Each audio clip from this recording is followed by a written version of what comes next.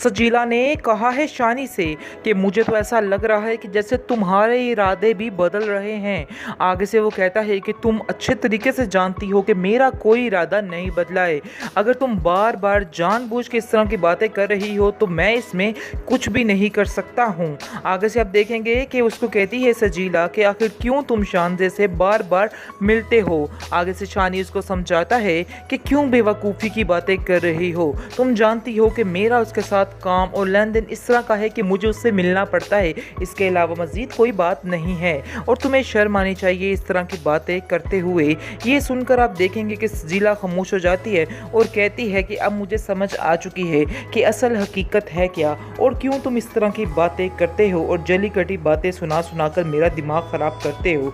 दूसरी तरफ उसकी माँ जो है सजीला की, वो ये सारी बातें सुन लेती है और सजीला को समझाती है कि बेटा मैं तो तुम्हें समझा समझा के थक चुकी हूँ, लेकिन तुम्हारे इस दिमाग में जो भूसा भरा हुआ है वो नहीं निकल रहा है और मुझे समझ नहीं आ रही कि आखिर मैं तुम्हें कैसे समझाऊं कि तुम्हें इस तरह की हरकतें नहीं करनी, इस तरह की हरकतें तुम्हें छोड़नी पड़ेंगी वरना तुम्हारे लिए बहुत मसला बन सकता है। मैं तो तुम्हारी वजह से ही बहुत परेशान हूँ, मुझे समझ नहीं आ रही तुम्हारा क्या बनेगा। कि वो कहती है कि नहीं, इसमें तुम मेरी हार मत समझो, इस बात में भी मेरी जीत ही है। ये बातें समझने की हैं जो तुम्हारी समझ से बाहर है और तुम्हें ये बातें नहीं समझ आने वाली हैं। जिस पर सजीला कहती है खैर जो कुछ भी होगा बाद में देखी जाएगी, फ़िलहाल आप यहाँ से चले जाइए क्योंकि मैं आपसे कोई भी रिश्तेदारी नहीं रखना चाहती हूँ। वहाँ से शानज़े चली जाती है लेकिन शानज़े काफ़ी परेशान होती है और वो जाकर कॉल करती है नादिया को। नादिया से कहती है कि ऐसे सारा बातचीत हुई है लेकिन सजीला है कि उसे छोड़ने का नाम नहीं ले रही है,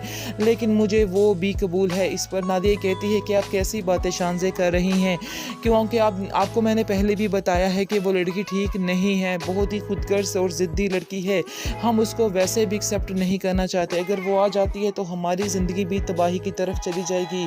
आप नहीं जानती हैं कि अभी वो इस घर में नहीं आई है तो हमारे साथ शानी का रवैया किस तरह से है, और अगर वो इस घर में आ जाती है तो शानी हमारे साथ क्या करेगा, हमें तो कुछ समझ नहीं आ रही है। जिसको सुनकर शानज़े खामोश हो जाती है और कहती है कि मैं आपको बताती हूँ कि अब हमें क्या करना है। दूसरी तरफ आप शानी जो देखेंगे है वो समझाने की कोशिश कर रहा है सजीला को और वो चाहता है कि जितनी जल्दी हो सके सजीला ये बात समझ जाए कि उसको थोड़े में ही गुजारा करना है, क्योंकि शानी जो है वो शानज़े के बारे में सोच भी नहीं सकता।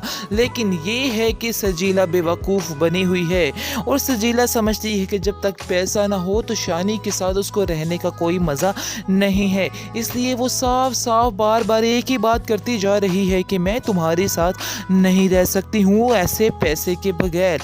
फिर भी शानी बेवकूफ़ इस बात को समझ नहीं रहा और आंखें बंद करके उसके पीछे भागता चला जा रहा है, भागता चला जा रहा है।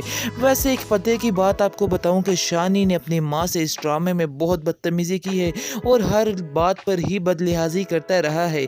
कौन कौन एग्री करता है इस बात पर कमेंट सेक्शन में ज़रूर बताना मुझे। बाकी आपको बताते चले कि काफ़ी ज़्यादा टेंशन बनी हुई है शानज़े के लिए, क्योंकि शानज़े ने ये पक्का ज़हन बना लिया है कि वो शानी को अपने से कभी भी दूर नहीं कर सकती है। इसके अलावा उसके पास कोई भी चारा नहीं है कि वो सजीला की शादी करवा दे शानी के साथ, फिर ये हो सकता है कि वो उसके साथ रहे। लेकिन आप देखेंगे काफ़ी ज़्यादा परेशान है अब सजीला।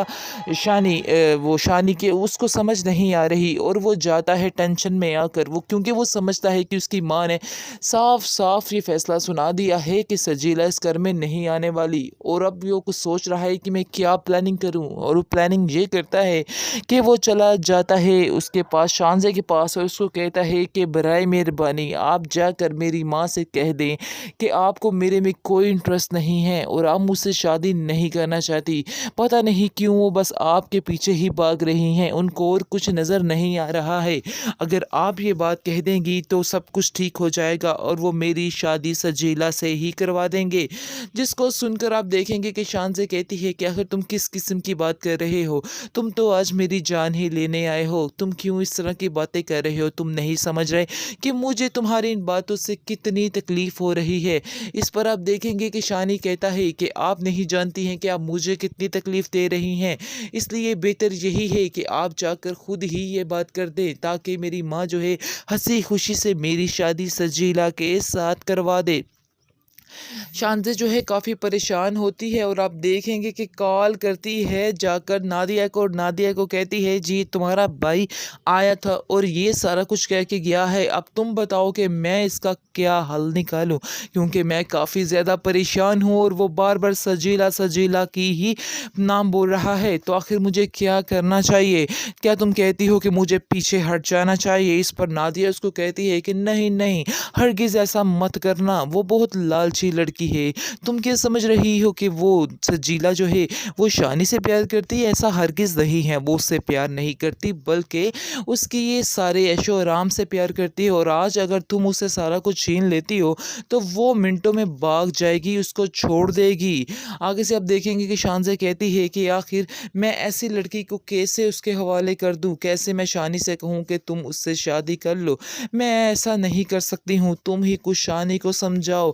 आगे से नादिया कहती है कि मैं तो बहुत ही समझाने की कोशिश करती हूँ, लेकिन शानी है कि समझने का नाम नहीं ले रहा है। मुझे खुद समझ नहीं आ रही कि आखिर इसका क्या करना है। अब तो ख़ावर का भी पूरा दिल है कि तुम्हारे साथ ही यानी कि शानी की शादी हो, वो भी यही चाहते हैं और बार-बार ये बात कर रहे हैं, तुम उन्हें बहुत अच्छी लगी हो। इस पर शानज़े कहती है हाँ, ये तो सब नसीब की बात है, लेकिन एक इंसान मेरे साथ रहना ही नहीं चाहता है, तो आखिर फिर मैं कैसे उसको फ़ोर्स कर सकती हूँ? मैंने बहुत कोशिश की, लेकिन मैंने ये निचोड़ निकाला है कि सजीला को शानी की ज़िंदगी से दूर नहीं किया जा सकता। वो जाती है सजीला के पास और उसको कहती है कि तुम उसकी ज़िंदगी से क्यों नहीं चली जाती हो, लेकिन वो भी ढीठ बन के खड़ी होती है और कहती है कि देखती हूँ कि मुझे यहाँ से कौन निकालता है, इसलिए बेहतर यही है कि तुम जैसी आई हो वहाँ से ही चली जाओ, ऐसा मैं हरगिज़ नहीं होने दे सकती हूँ।